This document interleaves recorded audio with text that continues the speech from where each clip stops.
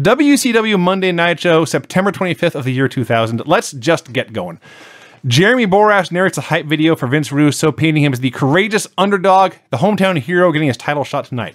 So I hate to do this now and not at the end. How many words are right by the show? But I've got to say this now, because as we recap the show... 2,000 words about the show. It'll all be even more amazing. Okay. All right. So, during the day, they were going over the show and everything like that. And Booker T was under the impression that, well, I'm going to step out the door and Goldberg is going to spear him out of the cage and it'll be a tie. Mm-hmm.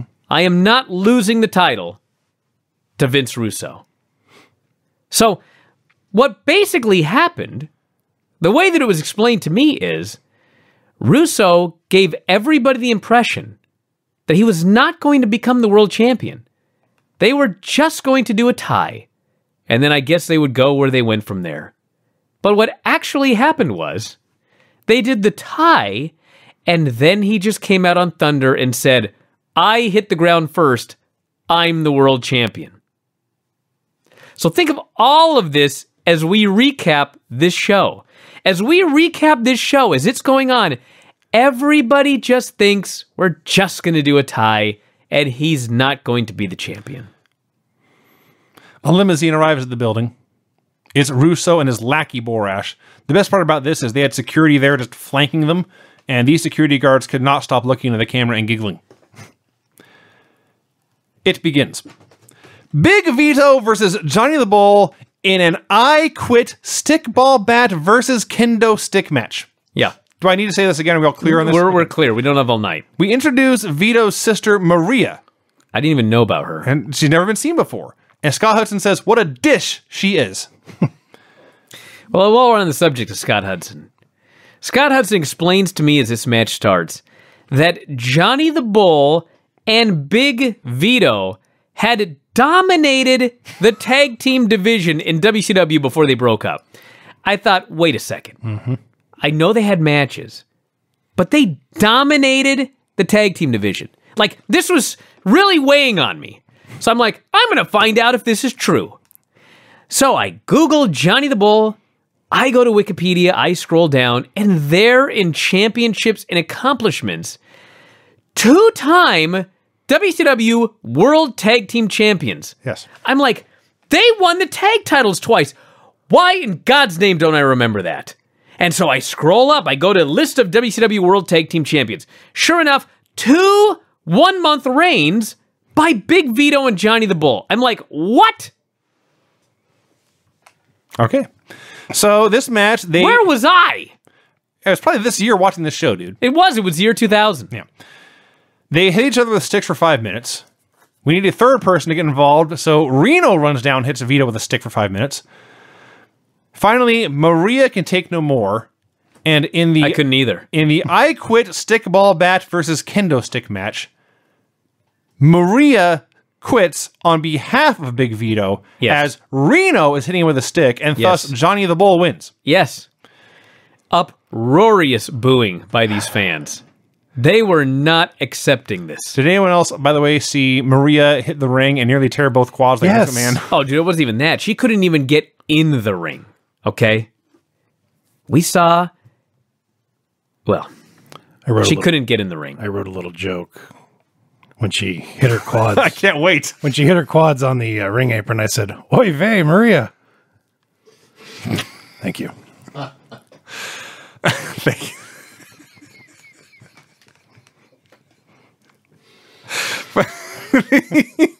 The intro made that so much better. Thank you. Thank you. Russo and Borash go for a walk backstage. There's a camera on the street somewhere that somehow knows David Flair is going to drive up to this exact point. David Flair drives his truck up to this exact point.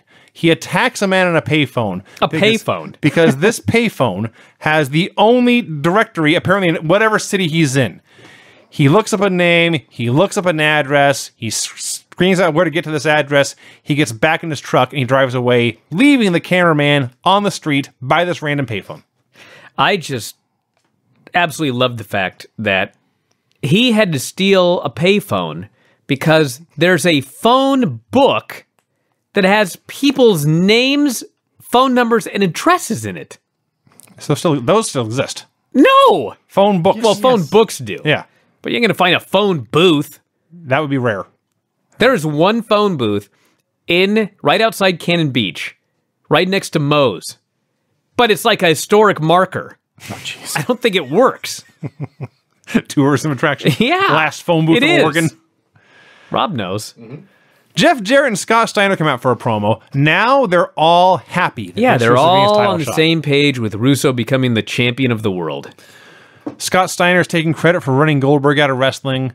He addresses Jumbo Elliott, who's a big-time NFL football player who went to the same college Steiner did and now plays in New York. Steiner brings out Russo. Russo is the third guy out. He's given the superstar entrance. He's the main eventer. He's out here cutting this babyface promo, but then he has to bury the place and talk about how great Atlanta is. That's not what happened. Yeah, he did. He buried Atlanta. Oh, well, anyway. He says, do I have the balls to walk out of here as the WCW World Heavyweight Champion? You know I do. Like, come on. Kidding me? He's making himself the baby face here. He tried to. Sting and Booker T appear on the screen to tell Russo to look behind him, and there's Goldberg in the crowd. We're told Goldberg quit and he can't come back. What? Don't know. Chronic is backstage. They call Mike Sanders a stooge. He calls them cupcakes. They get very upset. He tells them Russo is mad at them for Thunder. He has removed them from the Tag Team Championship Battle Royal. Okay, so a couple of things. The Tag Team Championship Battle Royal is taking place because Disco and a Duck did something last week that caused the Filthy Animals to get stripped of their titles. He lost. I don't remember. I don't care. Okay, so they're going to do a Battle Royal to determine who becomes the new champions. Yes. Okay.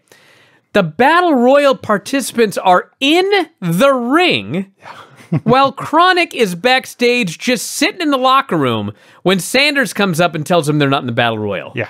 What are you guys waiting for? He should have not told them. They would have no-showed. Okay, so aside from that, the key to this is that after they are removed from the Battle Royal, Crush is very mad as Sanders walks away. But Adam Bomb grabs him and says, hold on a second. I've got a plan. A plan. A plan. He's got a plan to solve the problem of them not being in the Battle Royal. I can only what imagine. could this plan I can be? only imagine what strategy Hannibal here is about to unfold. So it's a tag team battle royal. As you noted, all the teams in the ring. Leia Meow is randomly out there slapping. Was she hearing back? She must have come back I don't in the know. last, like, 2 3 weeks. counts out there. Leah Meow is slapping Jimmy Yang, but they're together. So I see Ginger and Hair and the Heresies and MIA, and out come the Filthy Animals, and they're in the match. Yeah. This match is happening because they got stripped of the titles. Well, they got to get their rematch. So they start doing stuff, and the announcers, Shane Helms gets tossed out of the ring through a table because there's randomly a table on the floor. The announcers then tell us 3 counts not out until the other 2 guys are also eliminated. Yeah, the whole team has to be eliminated. Right. As they say this, the ring announcer over the house mic says 3 count has been eliminated. Because nobody knows what's going on. Nobody has a fucking clue what's going on. No, everyone's confused. So Conan is at the desk making masturbation jokes. Chronic comes out. That's their plan. Yeah. The plan. Our plan is we're going to go out anyway and beat everybody up. They get in the ring. They beat everyone up. Cunning. Until They throw like half the crew. their plan is foiled. Their brilliant plan is foiled because a guy comes out with mace and sprays them. They're carted away. As Conan notes, oh, they're actually selling the mace. Yes. Brilliant plan. So now it's down to the Filthy Animals versus Jinjak and O'Hare. Disco runs out. He hits Hoovy with a duck and pulls him out of the ring. Conan chases Disco away. The bell rings because nobody knows what's going on. Now Ray's wrestling 2 guys. Is it that hard to do a fucking battle royal? Yes, because No! they added a new stip that confused everybody. It's a tag team battle royal to crown tag team champions. All I know is I've never seen Conan run so fast. Yeah. This is for the chance to hit Disco. I didn't think he could That was move his motivation. that fast. Eventually, Jindrak and O'Hare win. They are the best tag team on Earth. Yeah. There's a bikini contest tonight, and Tori Wilson's putting on lotion. Yeah.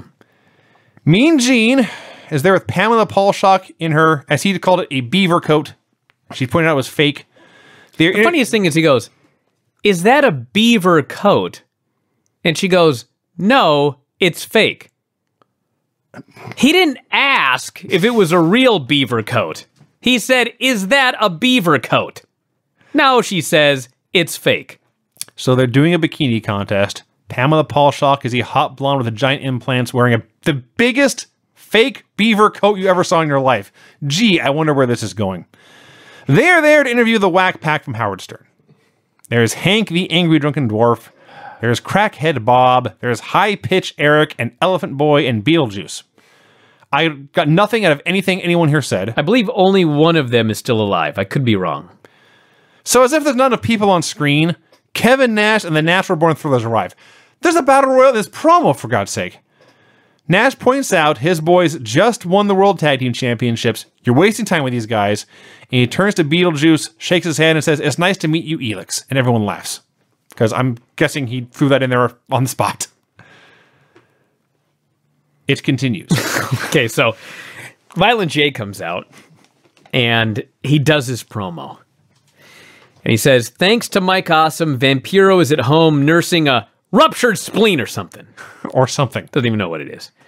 He says, "Madman Pondo, he's hardcore.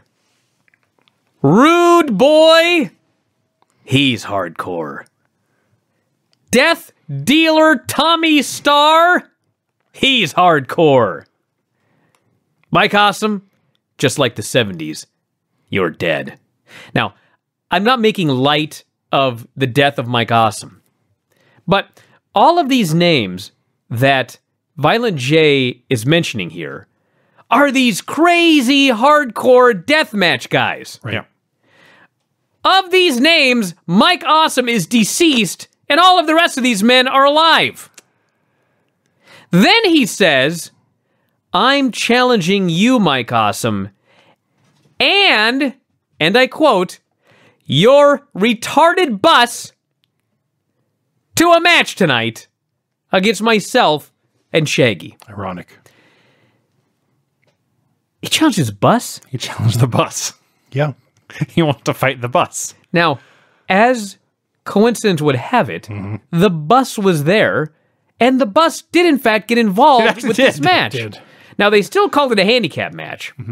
The bus didn't count, but they have this match. But it shot on a guy. Violent J takes a bump off the bus through a table. Which is scary enough by itself, by the way. Yes. It was an insane bump. So this is a legitimate bus. Yes. This bus is 10, 12 feet off the ground, the roof. And not designed to be walked on and have spots done upon it. And they didn't take the time to put any carpeting or any kind of traction down on top of it either. I'm pretty sure they rubbed like animal fat on it. I think they, they tried guess. to do something because you noticed that there was a black stripe down the top of it. Well, they didn't do enough. Well, you need a little more than Understood. one stripe unless they're going to do a gymnastics routine. Some skateboard grip tape would have been preferable.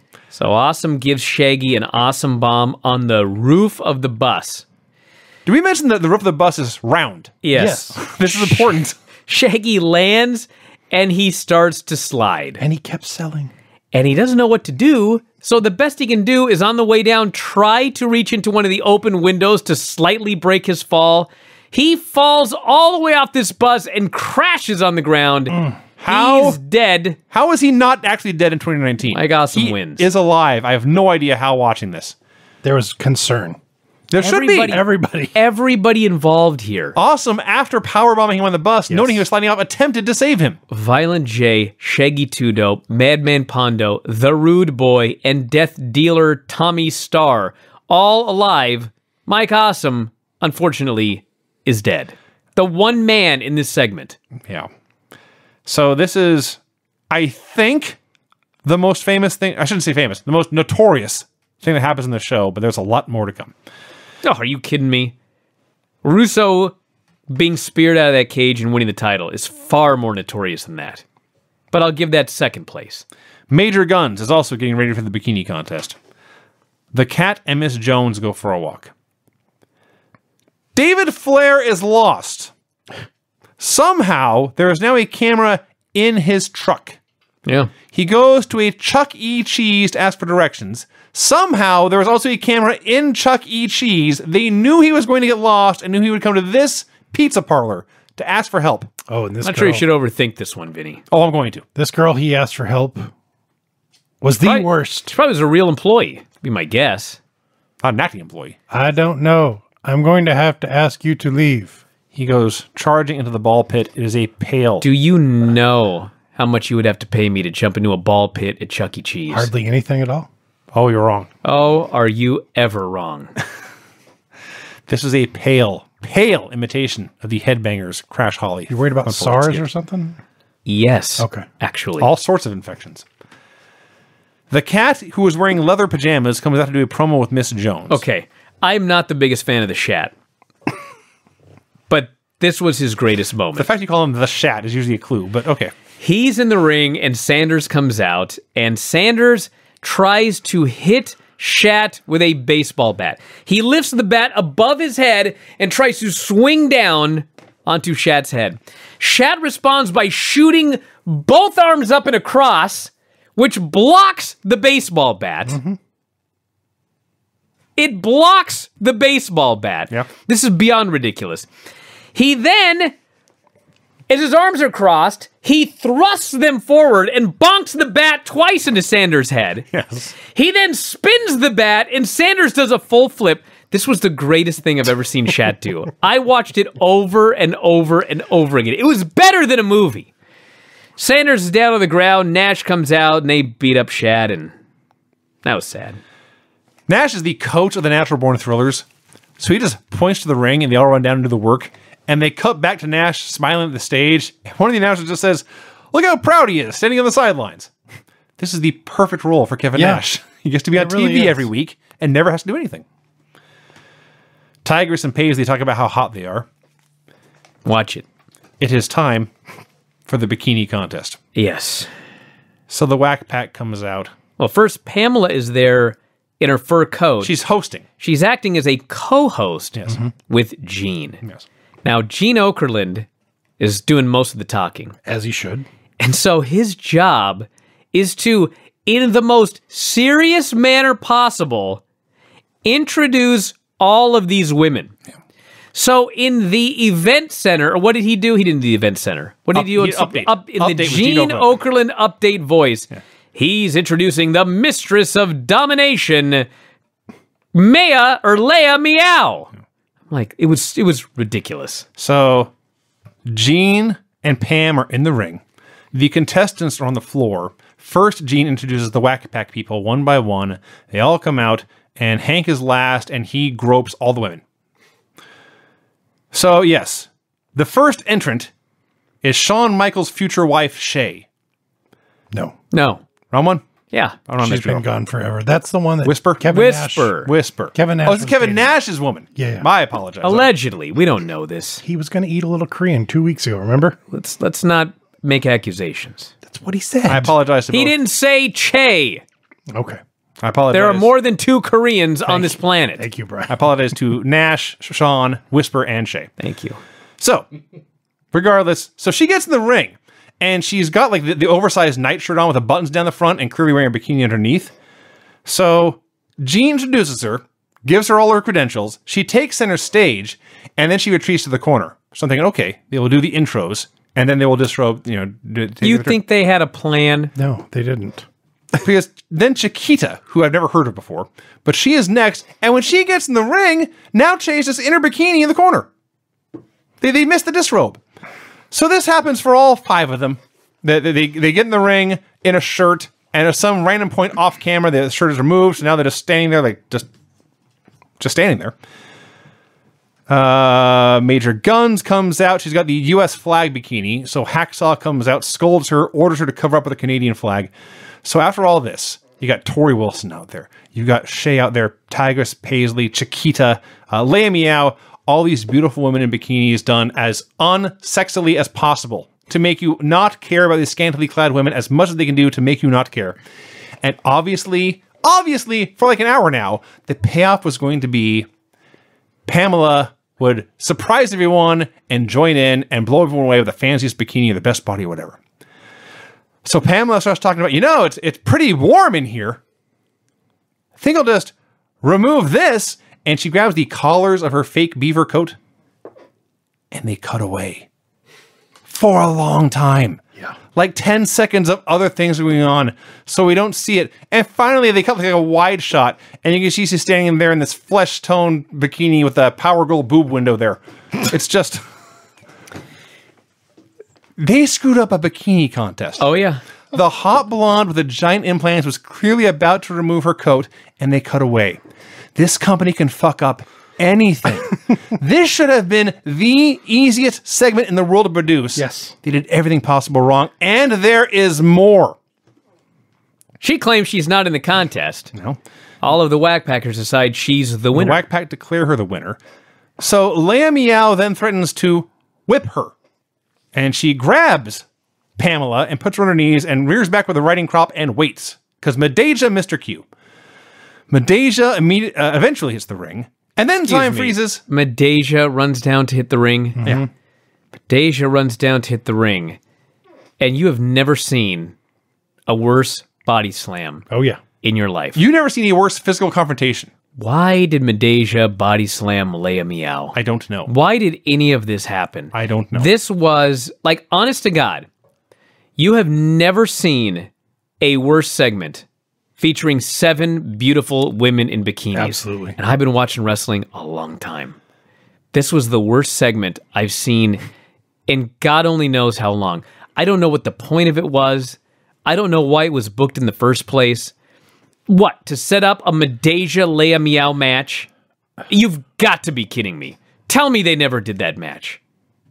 And if they did, how was it not worse than, like, Survivor Jenna versus Charmel? So the story, by the way, long story short, Pamela refused to participate in this unless she won. Of course. Of course. Can you imagine? Can you imagine? And they went along with it. So that was the worst goddamn bikini contest I ever saw. There are probably 100 no-cover strip bars between Tijuana and Vancouver. You can go to any one of them on a random Wednesday night, and you won't see women like this, but you will see a much better show, and you will have a lot more fun. I promise you. I don't even think they ever did a match. Good! I don't know if I'm more or less I don't want to pay it off! I don't know if I'm more or less angry knowing that. Mike Tenay interviews Scott Steiner. As he's talking, Bill Goldberg, the hero, attacks him from behind and lays him out. Disco comes out for a promo. He is about to announce his new partner when Scott Steiner interrupts and murders him. His new partner? That's what he said. Okay, great. So Scott Steiner calls out Goldberg. And Bill comes out and says, I will fight you, but I want a one-on-one, no interference match in this cage. There's a cage hanging above the ring for Booker T and Russo there. I literally almost died. I don't blame you. When they just started doing an impromptu Scott Steiner versus Goldberg match inside a cage. We need to set the whole groundwork for all this. This is coming off a Fall Brawl a week or two ago, which we did not watch. But everyone who did watch it advised us that the Scott Steiner-Bill Goldberg match was awesome. Bill Goldberg is by far the biggest star in the company. Scott Steiner is by far the best heel in the company. They have like one money match they can possibly do. It's Goldberg going against Steiner to get his revenge. And they can put it in a cage so there's no interference. And write that one down. No interference in a cage match. And they do it not just out of nowhere. It's impromptu. Forget unadvertised. They didn't do it, advertise it in the opening segment and do it for the main event. They did it impromptu. There was no way they could possibly have generated any income from their biggest possible match. I know this company dies in 6 months. That's a spoiler. But watching it all unfold, my jaw just hit the floor.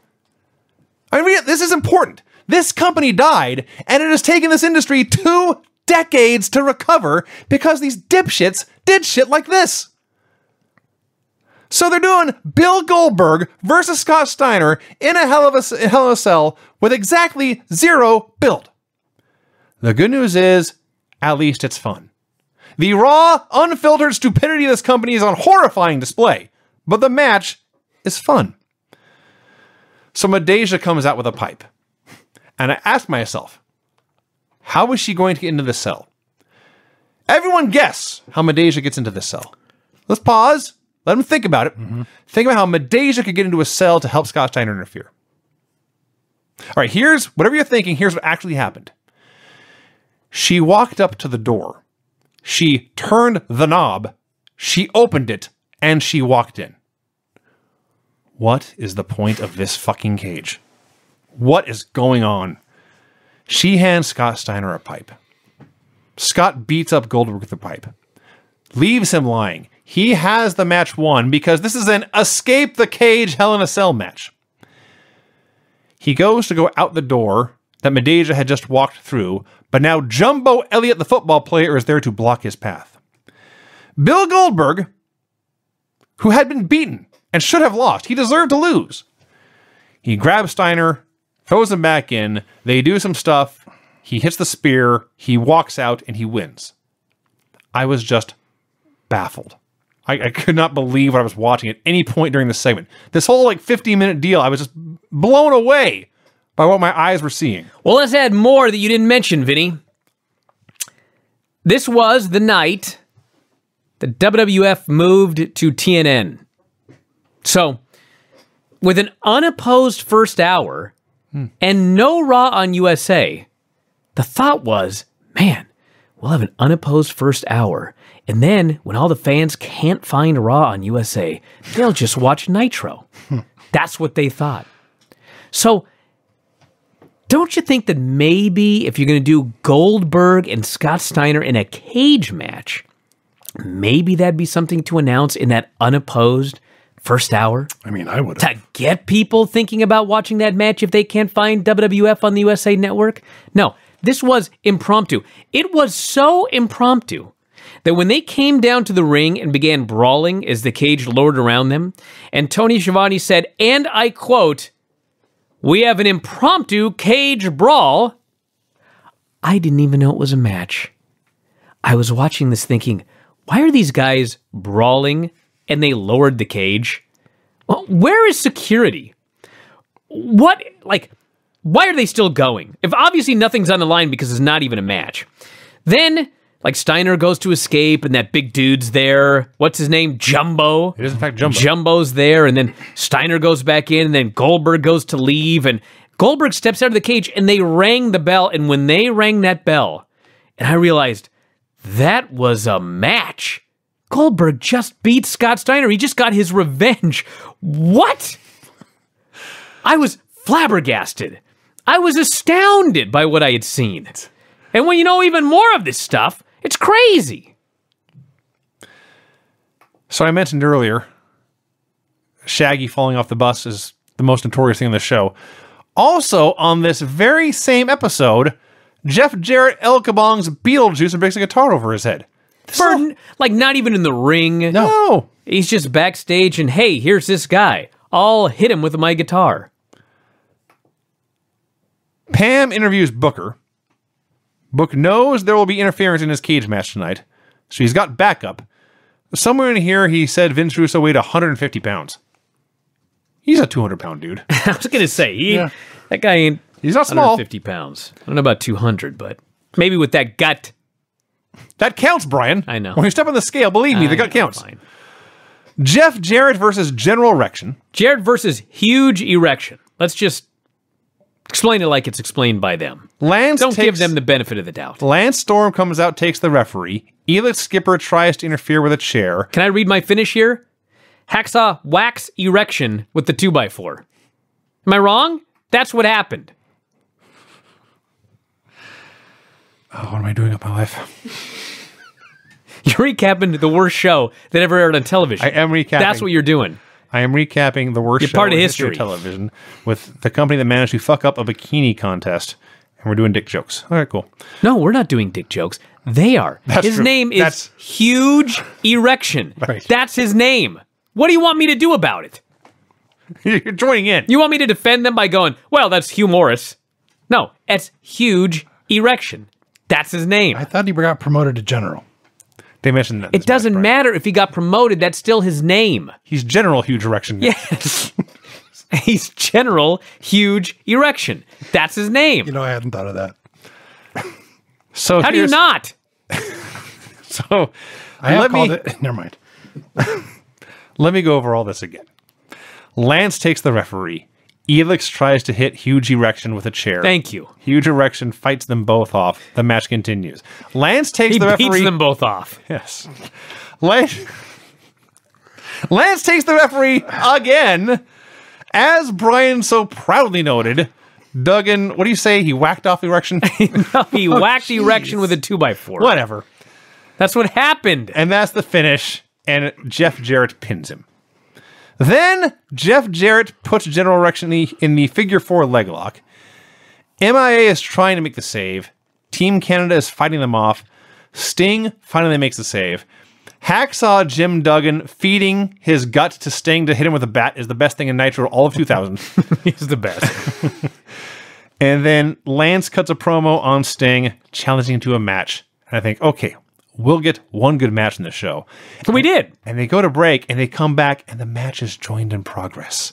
You fuckers. I want you guys to remember, by the way, Lance versus Sting is the semi-main event. Yeah. Got it? Okay, that's important. I had to watch Vito and Reno, or who the fuck ever hit each other's sticks for 10 minutes, and Lance and Sting is joined in progress. Yes. Fuck off. Well, the good news is, whenever Lance shows up, a wrestling match does in fact break out on the stupid there's show. a good wrestling on this show somehow.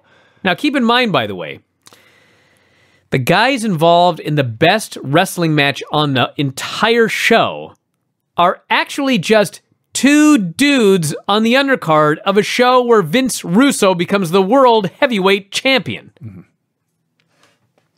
So they go back and forth, and Sting grabs him, hits the death drop, and wins clean. Yeah. And he gets up, and then raises his hand, and he walks up the aisle, and he high-fives fans, and he's smiling, he's proud, he's triumphant, and he goes to the back, and they go to commercial. Yeah. Was this from a wrong show? No. Was this supposed to be something else? They just wanted a match. I was so baffled. They did a good match with a clean finish on this show. I can only assume that something else... I'll tell you why. You want to know why? I do, badly. Well, apparently, I may get the details wrong, but I'm sure We know a guy. it was Vince Russo, and it was Bella's husband, Johnny Ace. They had a bet. Yes. Johnny Ace was certain he could get Lance over, and Russo said it was impossible. So, if you're trying to win a bet, and you're the head writer, well, you can tip the scales in your favor by booking a Lance Storm Sting wrestling match where Sting beats the guy clean in the middle and just walks away. Well, that's true. And frankly, there's better ways to do it, but he's too dumb to figure that out. Well, Having yes. him lose clean to a big star. Have him not have 3 belts, maybe. Idiot. Oh, okay. There's some explanation there that applies to the twisted logic of the moron making the show. But I assume somebody else must have gone short, and in a panic, they sent two guys out there to do a clean wrestling match. No. David finds the house he's looking for. Actually, he didn't. Well, He found a house. let's explain how this unfolds, and then I will explain what must have actually happened. David finds a house, and we go to the break. When we come back, there's a camera in the house. Thank God there was that commercial to get that guy in there. The guy lets David in, And the camera crew. but then the man explains, David is screaming the address, and the man exclaims, "That's not this house, that's next door." Okay, you're already jumping the gun. The moment he goes in the house, he storms into this man's house. It's an old man. And he starts running around in the house, and he's throwing things around. And the old man is like, "Who are you? Why are you in my house? What are you looking for?" Too much inflection. No calling the cops. No grave concern. No. This madman is running amok in his house. And then finally, David reveals the address, at which point the man explains, that's next door. And then I hit pause. And I said, A walk? no walk, but it took me some time to process this and put all these pieces together. So here is what happened. Whatever city they're in, there have been camera crews scattered everywhere. New York. To catch David when he arrives, when he leaves in his truck. So one of these camera crews, upon learning that David Flair had the address he was looking for, they went to that neighborhood. They found the house, and they said, this David Flair guy, he's an idiot. He won't find the right house. Let's go to the wrong house. They went to the wrong house, knowing it was the wrong house. They knocked on the door, and they said, excuse us, sir, a lunatic looking for the father of his fiance's child is going to come to your house thinking it's that house. He's going to storm in. We would like to be here to capture that moment with the magic of film. Is that okay? And he said, sure, come on in. Can I get you a coffee while we're all waiting for the lunatic to show up to the wrong house? And then I'll point him to his next door. This company sucks. Yes. We got to pretend it's a movie, Vinny. David, learning it's the wrong house, he leaves to go next door. The camera crew doesn't even follow. No, they stay in the old guy's house. We watch him go through the yard. He's getting smaller and smaller as he walks away. Hold on a second, Vinny. If you're going to complain about this, then you need to at least put this over.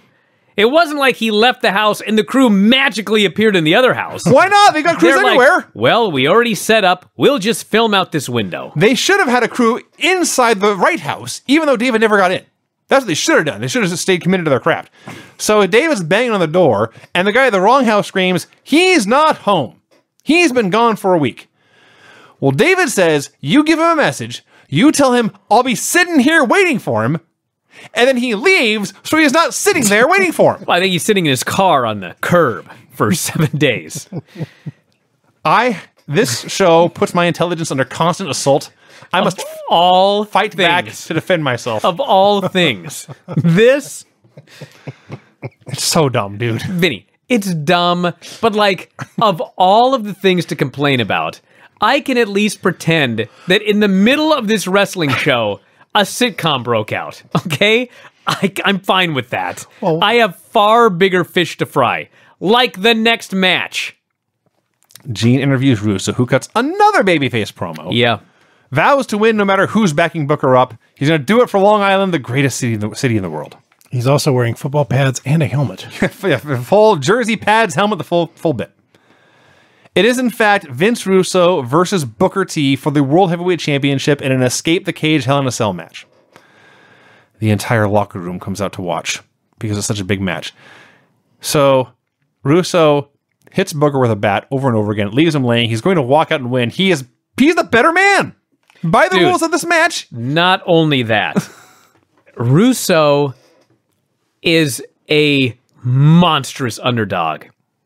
There's 5. They send all the baby faces out to surround the cage. Yes. Every time he almost wins, all of these baby faces prevent him from winning. From taking his rightly earned victory. He is fighting against all odds. Now, there's a very important key to this match. At one point, when he tries to escape, the baby faces don't let him out. They're not going to let him out the door. So Russo, a brilliant man, of course. Planned ahead. He's got a ladder. And so he sets up a ladder, and he starts climbing the ladder because he's going to go out the top of the cage and I guess climb down onto everybody and win. I guess they're going to let him climb down the side of the cage. So the plan was that he is going to open the top of the cage, but Sting is going to rappel down and stop the cage door up above from opening. The lid, okay? Yeah. Well, some moron, I don't know who it could possibly be, they booked this show and they put Sting in the semi-main event. And so on this live show, Sting had to walk backstage, slapping hands with the fans like you talked about. And then he had to run as fast as he could to the rafters. They had to fit him into his harness. They had to fit him into everything and lock everything in place and hoist him above the cage and make sure that they dropped him on time. Well, lo and behold, there wasn't enough time. So Russo goes to get out that door, but Sting's not ready yet. They haven't put him in that thing. So Mike Awesome sees what's going on, and he leaps into action, and he scales the side of the cage, and he goes up there and prevents Vince Russo from getting out. Yeah. I am not even sure. I don't know this for sure, but I don't think that Sting was even properly clamped in when they finally just dropped him from the rafters, because he did finally come down. He finally drops on top of the cage. By the time he drops, Booker has already cut Russo off. We don't even know how, because you're watching Sting descend. But Sting descends to the top of the cage. A minute or two passes, and next time you see Sting, now he's being dropped to the floor. Yes. So apparently they dropped him on top of the cage, pulled him back up, moved him, and then dropped him to the floor. Yeah. Well, it's like the claw game at the Toy Store, yeah. So Mark Madden notes Russo is facing impossible odds and to win he's this right. title in his hometown. It is a fact. There's a dozen professional wrestlers doing all they can to stop Vince Russo, who's out here alone, from winning. At one point, as Booker T has cut Russo off and is manhandling him, one of the announcers says, quote, Booker could easily walk out, but he's toying with Vince Russo. So the story, now Booker may not have known this was a story, but the story by the end of this is Booker T is the biggest idiot in all the company, and think of the ground that covers. Oh, yeah. This, I know He has been for weeks. I know I say it every week. This is the worst booked champion ever. Ever. Lex Luger shows up, gives Russo a pipe through the cage, and disappears. Russo beats up Booker for a while. First he beat him up with a bat. Now he's beating him with a pipe. Yeah. So he takes out the referee for no reason. No reason. And why is there even a ref in there if he's got to escape anyway? He takes out the referee. EMTs run out to check on the referee. Russo starts attacking the EMTs. Why?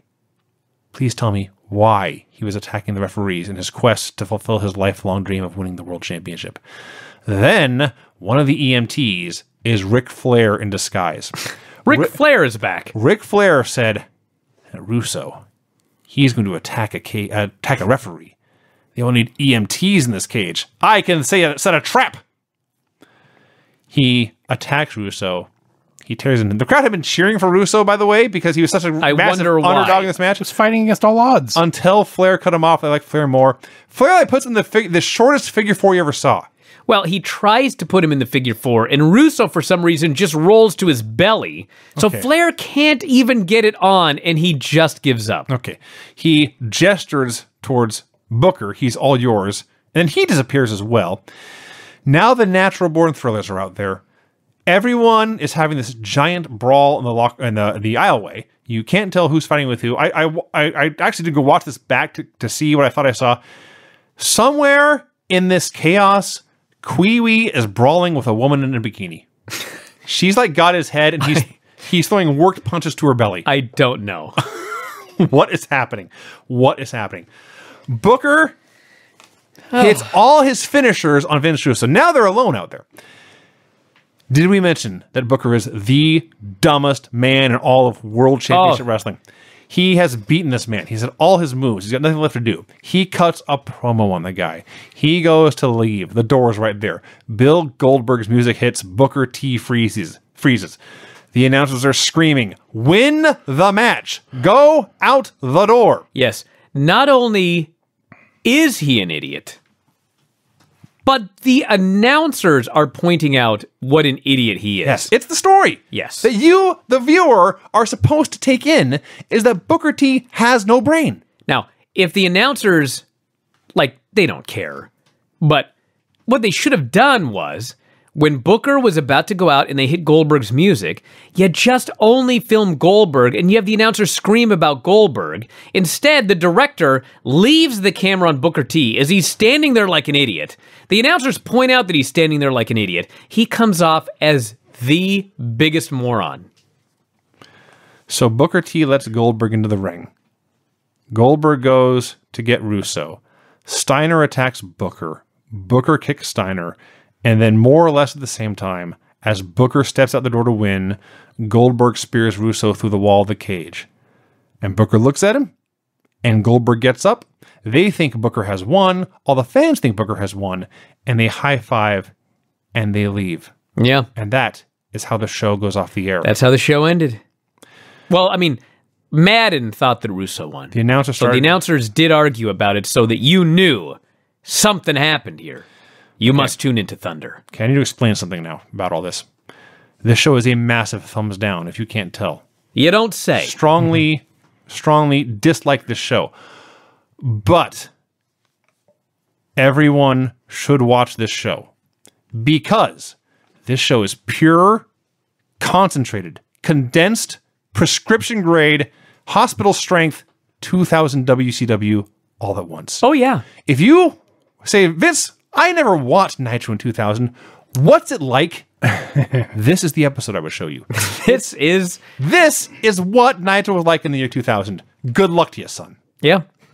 You know, I don't want to say that Russo didn't get a concussion here, because I'm pretty sure that he did. Oh, yeah.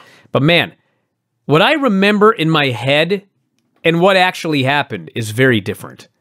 I remember Goldberg spearing him out of the side of that cage and them flying like 40 feet and Russo hitting that guardrail right in the middle and his head practically going all the way through those two bars and him being folded in like 6 different pieces.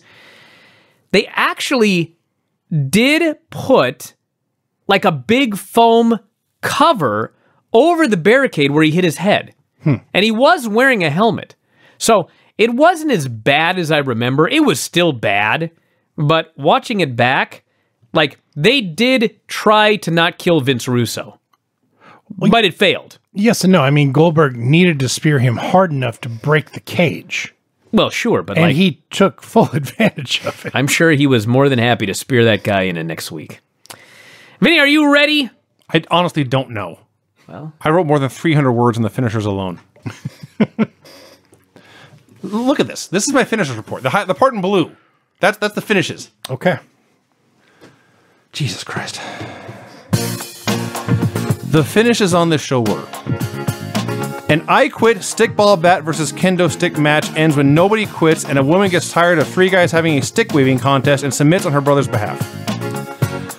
Victory in a tag team battle royal where nobody knows the rules and a team that's not in the match gets most of the eliminations.